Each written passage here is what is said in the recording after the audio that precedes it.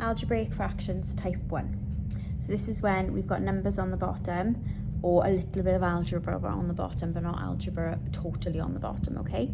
So it's asking us to simplify. So we are going to think, first of all, normal fractions, you'll be thinking about a common denominator, okay? Now, you don't have to do that. I'm probably going to do X factor method, so I'm going to crisscross, okay? So we're going to think about 3 times by that and 2 times by that fraction. Now, I would put my algebra in brackets, so I'm doing 3 times that. So I've got 3, then X plus 3. Then on my next line, 2 is now going to be multiplied by this. And then it's all over the common denominator. So what's 2 times 3? So that would be 6. Okay. Then thinking about simplifying this or expanding my brackets. So 3 times x is 3x. 3 times 3 is 9. So that's that bit. Then do my next bracket. 2 times x is just 2x. And 2 times 2 is going to give me 4. And that's still all divided by 6. Collect any like terms together now. So 3x plus 2x is 5x, plus 9 plus 4 is plus 13, and it's all divided by 6. Second example then, so it's very similar to the top one, except this time we've got a little bit of algebra on the bottom, okay? So I would put my algebra in brackets first. We're still going to do the crisscross method. So we're going to do 5 times 2 first.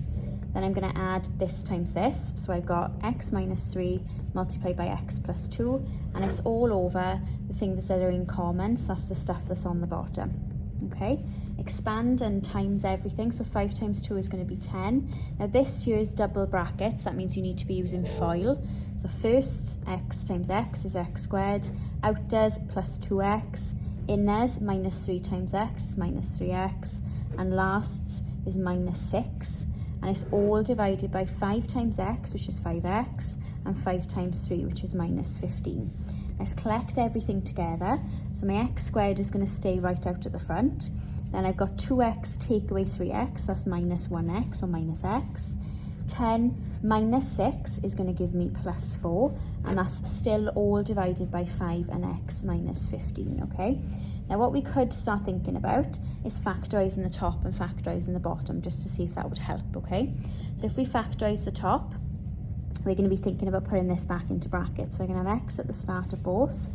4's got to be 4 and 1. Let's try that first.